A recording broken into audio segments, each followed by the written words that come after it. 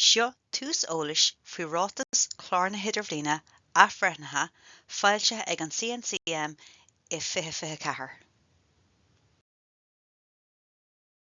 Nuair atá Clár Idirbhliana á arbeirt de réir an rátas Chláir nua, ní mór dún cuimhnimh ar na gnéithe curriculum agus na gnéithe scoláire den rátas Chláir na Idirbhliana. Líon na gnéithe curriculum agus scoláire le clár na sreatha sínseirí. Déantar cur síos ar na paraméadar chun tacú le scoilne chun na glór Idirbhliana a arbeirt trí gnéithe scoláire agus gnéithe curriculum. Cé go nachraíonn chláracha ó scoil go scoil, chuireann siad ar fad na ceithre gnéithe curriculum, comhpháirteanna, tagasc agus masúnú, aitheant agus tuairisciú agus macnamh agus aithanúcháin san áireamh. Tá leag amach na ceithre gnéithe curriculum mar phríomh bhunchlocha na heispris foghlama san iomlán. Tá gnéithe curriculum cosúil le struchtúirtí ag cur timpeallacht daingean tacúil ar fáil den eolam. Cé go nachraíonn tithe is scála, stíl agus tréthe bin struchtúir i bpáirt acu. Léiríonn na gnéithe scoláire na heispris agus torthaí foghlama ar leith in aistear Idirbhliana gach scoláire. Léiríonn na ceithre gnéithe scoláire na páirsantaí agus rabhanna éagsúla gach áitritheoir. Fiú go mbíonn cuma cosúil lena chéile leas muo, bíonn tithe maisithe ar bhealach difriúil laistigh. Is iad na ceithre gnéithe scoláire, fás páirsanta, a bheitthead eolamór, ranpháirteach shibhialta agus phobal, agus taighde garnma. Léiríonn na ceithre gnéithe scoláire na bailí éagsúla gur féidir le scolóirí dulling le cleis agus buntáistí a bhaint amach as an glór Idirbhliana.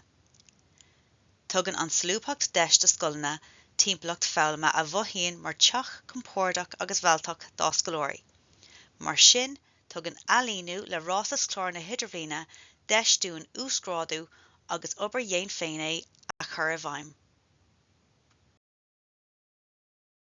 Tá na ceithre gnéithe scoláire deartha chun na 7 bríomhaniuachtaí na sreatha sínseirí a thrasnú. Is scá therma é príomhaniuachtaí a ndéantar tagart den eolas, na scileanna, na luachana agus na mbeonta a orbríonn an scoláire ar bhealach i measca de réir a chéile le linn na sreatha sínseirí. Is féidir leis na príomhaniuachtaí cabhair le na scolóirí nasc bríocha a dhéanamh thar réimsí éagsúla foghlama. Is iad na 7 bríomhaniuachtaí smaoin tóracht agus réiteach fadhbanna, a bheith cruthaach, cumarsáid, obair le daoine eile, ranpháirteach sa sucaí, filleána a chruthú, foghlama bhainistú agus féin bhainistú. Tacaíonn forbairt litirthachta agus iomhaireachta le forbairt na niniuachtaí agus a bhallairt. Tá príomhiniuachtaí sa sreath sínseireach agus na tréithe buintach ar fáil ar ncca.ie.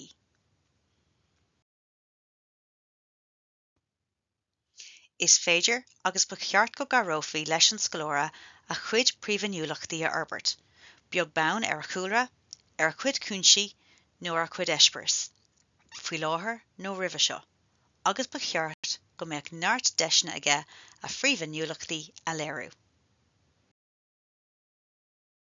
Léiríonn rátas Chláir na Idirbhliana gur gcuirtear bheocht sna príomhaniuachtaí trí na eispris foghlama agus na iodólaíochtaí a roghnaíonn an múntóir agus trí ragairtaí an scoláire orthu seo, ag tacú le fás agus forbairt intellectúil, páirsanta, sóisialta, morálta agus fisiciúil trí eolam leathan.